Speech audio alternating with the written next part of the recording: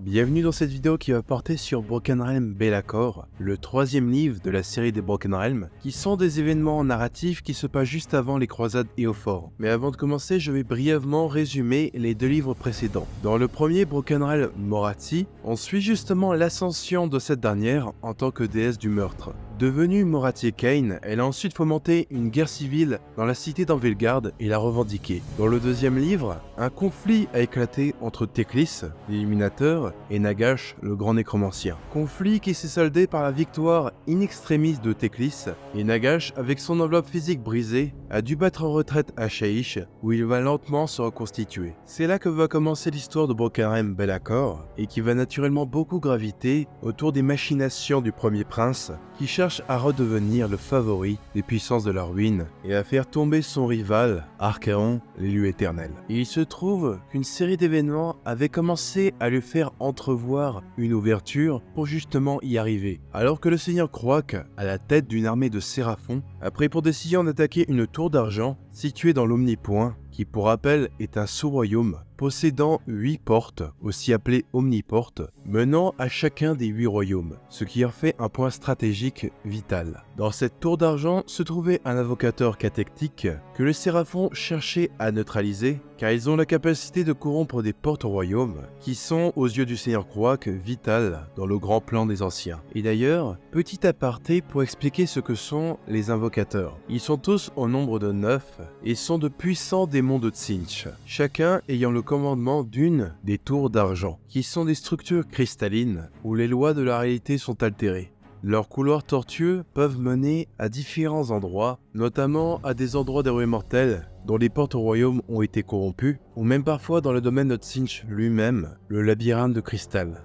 Il est important de noter que les 8 points, qui étaient avant majoritairement sous le contrôle d'Archaon, à petit étaient envahis de toutes parts par différentes factions. Sous les ordres de Nagash, les Ossiarques et Antonuit, menés par Katakros et Olinder, ont pris la porte de Shaish. Et grâce aux machinations de Moradzi, la porte de Giran a été reprise par les forces combinées des Éternels, des Kénites, ainsi que l'assistance d'Alariel. La garde de la porte de Giran a ensuite été confiée à l'Host des Éternels et Chevaliers Sanctifiés, sous le commandant du seigneur célestant Gardus, âme d'acier. Peu après la prise de cette porte, leurs défenses ont vite été mises à l'épreuve, alors qu'ils se faisaient assiéger par une immense armée de Norgul menée par les Fils bénis. La bataille semble tourner au désavantage des Éternels, mais c'est alors qu'un événement étrange se produit, alors qu'une armée de séraphons frappe le flanc de l'armée du chaos, ce qui redonna espoir aux forces de Gardus pendant un instant, jusqu'à ce que tout à coup, les séraphons disparaissent aussi vite qu'ils étaient venus, laissant de nouveau les chevaliers sanctifiés face à un combat désespéré. Mais au prix de nombreux sacrifices, y compris celui de Gardus lui-même, ils réussissent à tenir suffisamment jusqu'à ce que des renforts de l'Host des Marteaux de Sigmar arrivent, menés par le seigneur célestant Nihilat.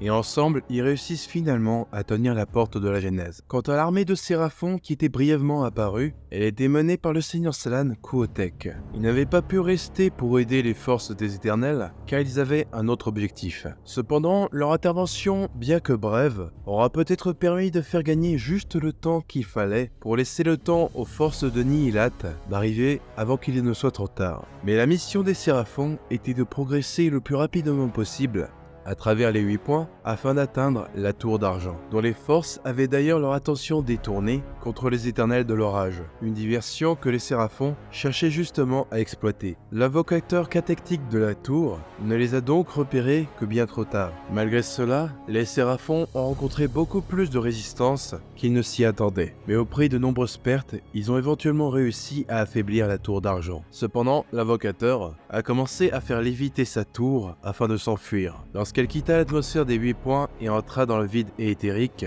beaucoup de Saurus et Skink ont été aspirés dans son néant. Cependant, le seigneur Croak observait tout cela à distance, à bord du vaisseau Ziggurat Itzla Uitlan, qui orbitait non loin. Le combat se poursuivit jusqu'à ce qu'ils arrivent au-dessus du royaume du métal, où finalement les séraphons réussissent enfin à abattre la tour d'argent, ainsi que l'invocateur qui se trouvait à l'intérieur. En parallèle de tout ceci, Be'lakor avait déployé ses légions démoniques vers le royaume de la mort, plus précisément la région de Dolorum, qui est le domaine de Dame Olinder, la mortarque du deuil et la reine des processions de Antonuit. Avec son attaque surprise, Be'lakor a réussi à pénétrer les défenses de la capitale de Dolorum et à atteindre ce pourquoi il était venu, le sarcophage de Dame Olinder, qui était le seul point faible de la reine spectrale. Et si ces restes venaient à être détruits, elle pourrait être bannie à jamais, un secret dont très peu avaient connaissance. Mais alors que le premier prince était sur le point d'abattre sa lame sur elle, il arrêta son coup brusquement à quelques millimètres du cadavre de la Mortarque. Et c'est alors qu'elle dévoila ses véritables intentions. Il avait mis Olinder au pied du mur, afin qu'elle n'ait d'autre choix que d'accepter un marché. Il lui proposa une alliance, en échange de quoi il couperait le lien des éternels vers Azir, ce qui les empêcherait de renaître et permettrait à la Mortarque de s'emparer de leurs âmes.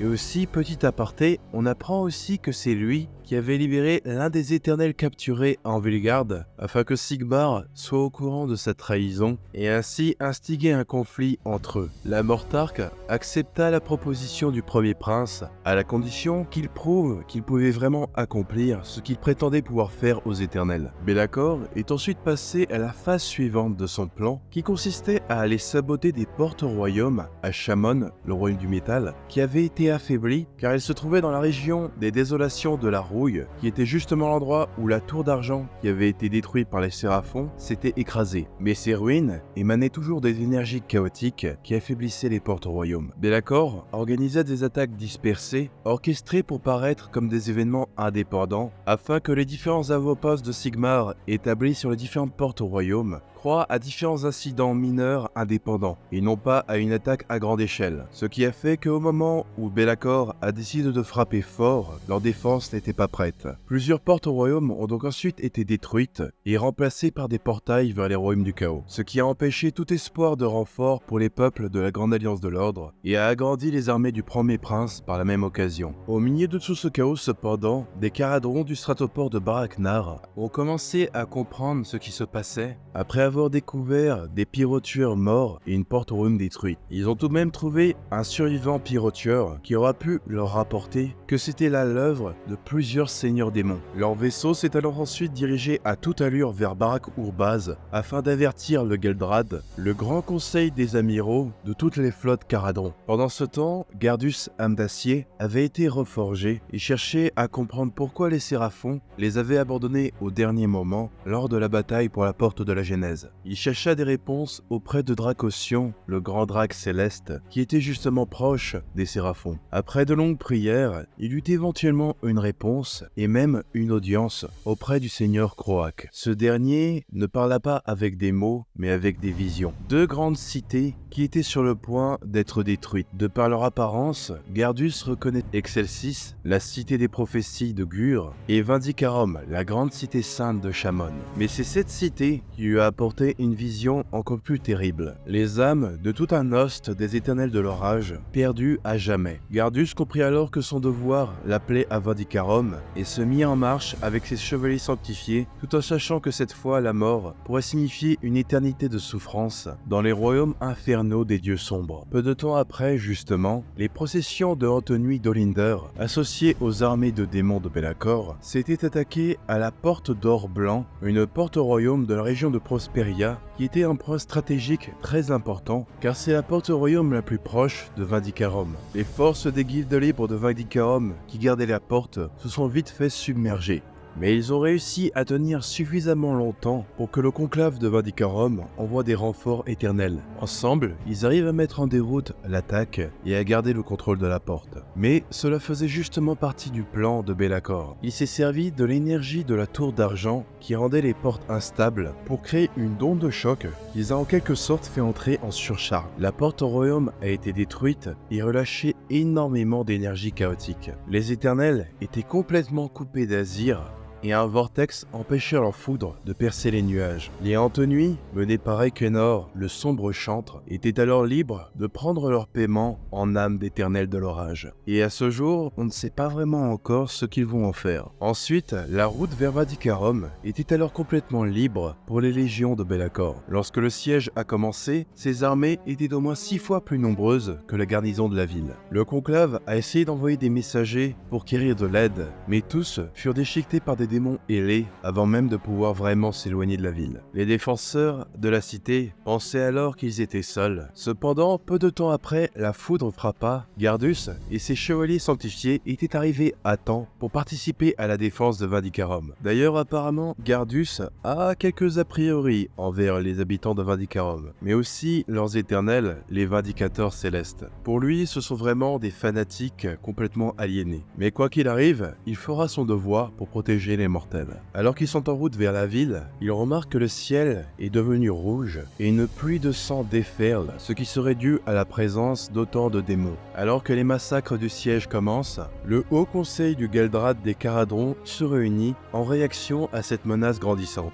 La question de potentiellement intervenir se pose, cependant les différents stratopores n'arrivent pas à se mettre d'accord, surtout à cause du coût et les potentiels dangers sur leurs intérêts commerciaux que pourrait engendrer une mobilisation à grande échelle. Seuls Baraknar et Barak Ziflin étaient déterminés pour une intervention immédiate. Cependant, les opinions changent très vite quand Humboldt, un maître Undriner, proclame qu'une tempête de magie est concentrée sur Vindicarum, probablement due à l'onde de choc que Be'lakor avait provoquée. Ces tempêtes sont connues pour attirer des veines d'éther or dans un large rayon. Et donc, devant un potentiel profit, une stratoflotte est envoyée pour aider Vindicarum, où justement d'ailleurs la bataille fait rage. Au début, les légions de démons ont dû encaisser les nombreuses défenses explosives de la ville. Le périmètre des murs avait été piégé avec des mines, et l'artillerie et les fusiliers sur les remparts faisaient pleuvoir le feu sur eux. Cependant, par la simple force de leur nombre, ils ont éventuellement réussi à gagner du terrain et arrivent à submerger le premier anneau de rempart. Peu à peu, les différents remparts défensifs de la ville tombent et la bataille atteint son paroxysme lorsque les forces du premier prince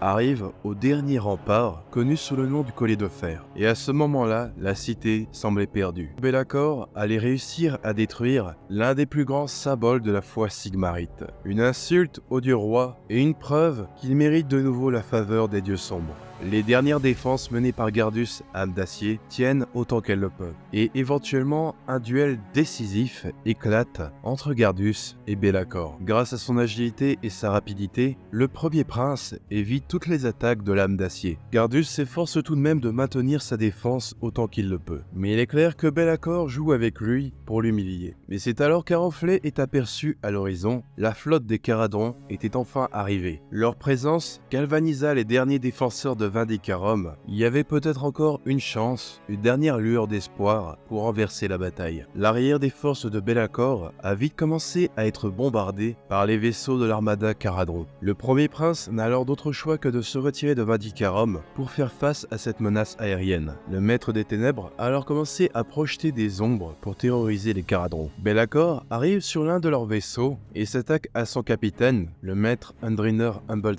qui avait réussi à convaincre le Galdrad d'intervenir. Mais alors que Be'lakor est sur le point de l'achever, sa force était telle qu'elle troubla grandement Be'lakor.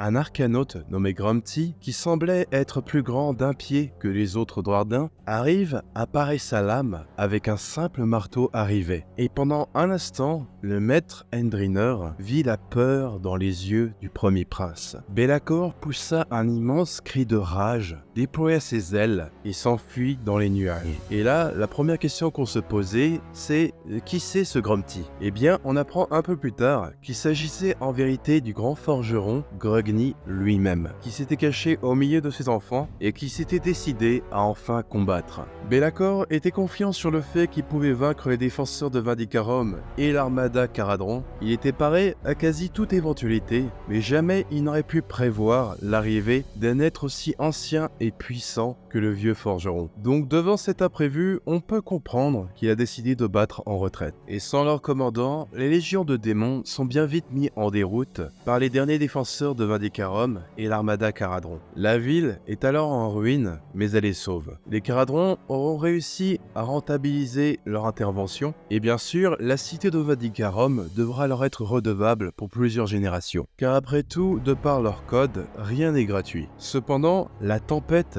créée par Be'lakor, qui empêche les éternels de pouvoir aller vers Azir après leur mort, continue de se propager et menace d'autres régions, mettant en péril les âmes des éternels de l'orage. Et c'est pour l'instant ici que se finissent les événements de Broken Realm Be'lakor, et on verra la suite dans le prochain livre, Broken Realm Kragnos. Personnellement, j'ai plutôt apprécié le récit de ce livre, même si je trouve qu'il s'est passé un peu trop de choses à différents endroits, mais je pense que c'était un peu voulu pour représenter la partie d'échecs à 4 dimensions que jouent les Slann et Be'lakor. D'ailleurs, on a vu que plusieurs fois les Slann ont légèrement bougé les pièces pour suffisamment changer le cours des événements. S'ils n'avaient pas intervenu à la porte de la Genèse, elle aurait peut-être été perdue, mais s'ils étaient restés trop longtemps, Gardus ne serait pas tombé et il n'aurait pas pu être reforgé pour être envoyé à Vindicarum. Et la cité n'aurait pas ensuite tenu suffisamment longtemps pour l'arrivée des Caradhras. Donc je trouve cette façon de jouer un peu avec l'effet papillon assez représentative pour eux. La capacité qu'avait Be'lakor à détruire des portes royaumes et à empêcher les éternels de se faire reforger a été aussi assez surprenante. Dans l'histoire d'AOS, c'était vraiment l'une des premières fois où les éternels pouvaient être définitivement vaincus, et c'est ce qui amènera par la suite, comme certains le savent, la création des armures Thunderstrike. Même si ça reste au final un répit de courte durée pour les éternels, puisque maintenant on sait à certitude qu'ils ont une limite avec les chambres de la perdition. L'intervention de Grogny a aussi été assez surprenante, même si je conçois que c'est littéralement un Deus Ex Machina, mais on sait que petit à petit, Grogny commence à sortir de son isolation, et il cherche à réunifier les différents peuples khazalides. À l'avenir, d'après certaines rumeurs, il pourra peut-être être à l'origine d'une nouvelle faction d'Ordine, en plus des Caradhras et des Pyrotueurs, qui sera cette fois-ci peut-être un peu plus à l'image des nains un peu plus classiques de l'Ancien Monde. Et personnellement, j'ai assez hâte de voir à quoi ils ressemblent. J'en ai déjà un peu parlé dans d'autres vidéos, mais je ne pense pas que ce sera un copier-coller, mais plus une réinvention comme l'ont eu les Luinettes. Ils ont eu une partie de leur armée inspirée des hauts elfes, et une autre partie liée aux élémentaires, qui est plus unique à OS. Donc on aura peut-être une partie inspirée des nains de l'Ancien Monde, et une autre sur quelque chose de nouveau, probablement je pense la mystérieuse race des golems, qui a été teasée par-ci par-là. Merci d'avoir regardé la vidéo jusqu'au bout. Si jamais vous voulez soutenir la chaîne, considérez à la rejoindre en tant que membre ou sur Tipeee, ou en vous prenant des choses que vous avez envie autour de Wargame jusqu'à moins 20% en utilisant le lien dans la description. Merci d'avance pour votre soutien, peu importe sa forme, et à la prochaine.